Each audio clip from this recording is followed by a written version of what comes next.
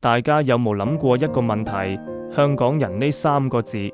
到底代表緊啲咩？過去10幾年，香港社會經歷咗幾次好大嘅風波，有好多人會將年輕人身份認同嘅轉變歸咎於經濟差、買唔到樓，或者係中港兩地嘅民生摩擦。但係如果我哋用社會學嘅角度去睇，任何一種身份認同都唔係天生嘅，而係經過好漫長嘅時間，被社會慢慢建構出嚟嘅。而喺所有建構身份嘅工具入面，最核心、最無形，亦都最犀利嘅，就係學校教育。一個年輕人點樣睇自己嘅故鄉，點樣睇自己嘅國家，好大程度取決於佢喺課室入面讀過啲咩歷史，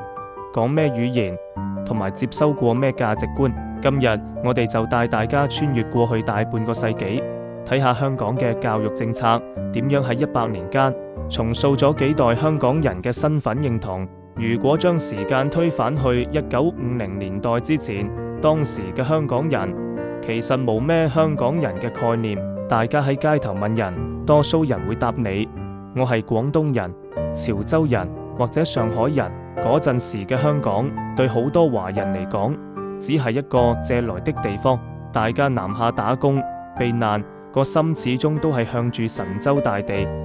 覺得自己100%係中國人。但係歷史嘅轉捩點喺1967年出現咗。當年嘅6·7暴動震驚咗港英政府，英國人意識到，如果唔培養班市民對香港嘅歸屬感，管治就會好麻煩。於是港英政府開始咗一場極之深遠嘅社會同教育工程。喺教育方面，佢哋用咗去政治化同去中國化嘅策略。點做呢？就係喺中國歷史科度實行長古簡今，即係話教歷史多數只係教到清朝，對於近代中國嘅衰落、抗爭以至現代國家嘅建立，多數避而不談。呢種做法令到當時嘅學生對中國嘅認知停留咗喺古代，成功截斷咗年輕人同當代中國嘅歷史共鳴。另一方面，港英政府大力推動本土民生，起公屋，推行9年免費教育，社會上開始大力宣傳香港是我家，電視台播緊獅子山下、廣東歌同港產片席捲亞洲，再加上當時香港經濟起飛，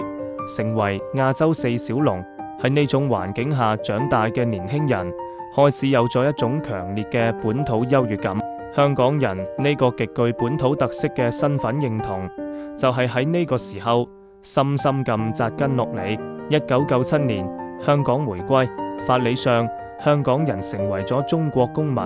但社會學話俾我哋聽，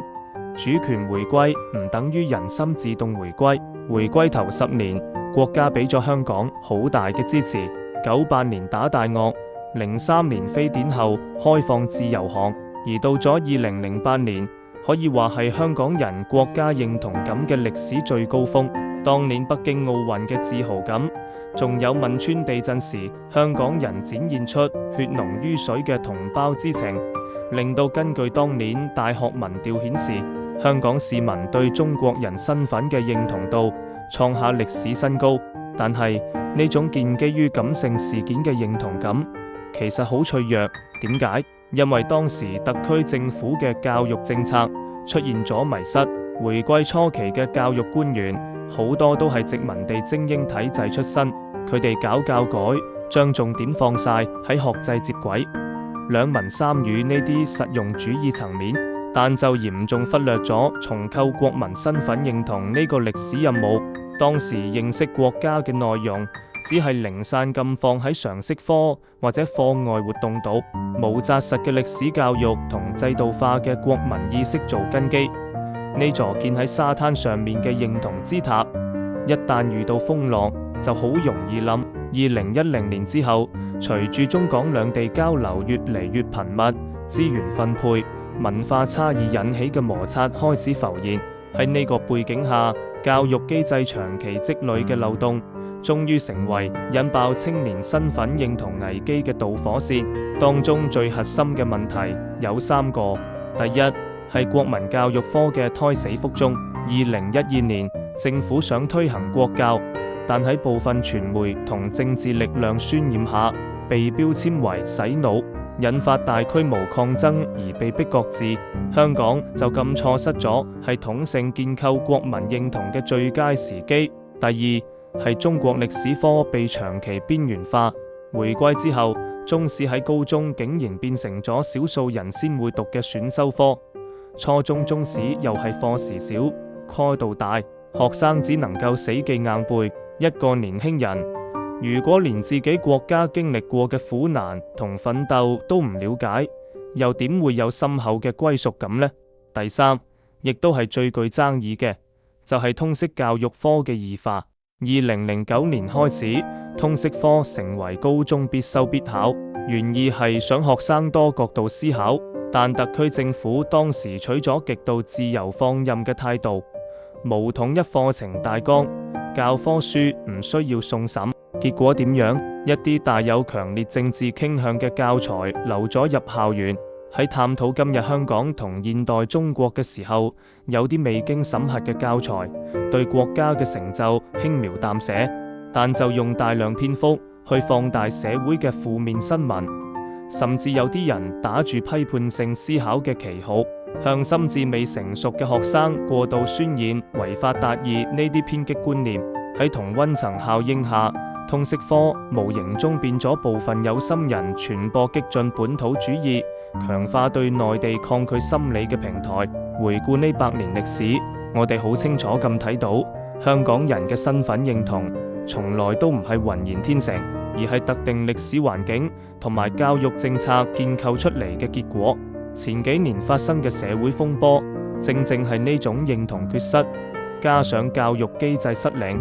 被政治力量惡意引爆嘅結果。好彩嘅係，經歷過動之後，香港社會終於迎來咗由亂及治嘅轉折，教育界亦都開始咗深刻嘅撥亂反正。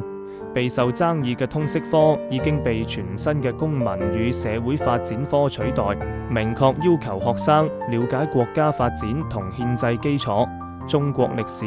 亦都重新成為咗初中生嘅必修課，學生有更多機會返內地考察，親身去睇下國家嘅現況。不過，身份認同嘅建構係一項長期嘅人心工程，要修復歷史留低嘅情感斷層，單靠改制度係唔夠嘅。未來嘅香港教育唔單止要傳授知識，更需要喺文化層面上產生共鳴。只有當年輕一代能夠喺客觀真實嘅歷史教育中理解國家嘅過去，喺親身體驗中感受國家嘅現在，仲有喺國家未來嘅發展藍圖入面揾到屬於自己嘅舞台，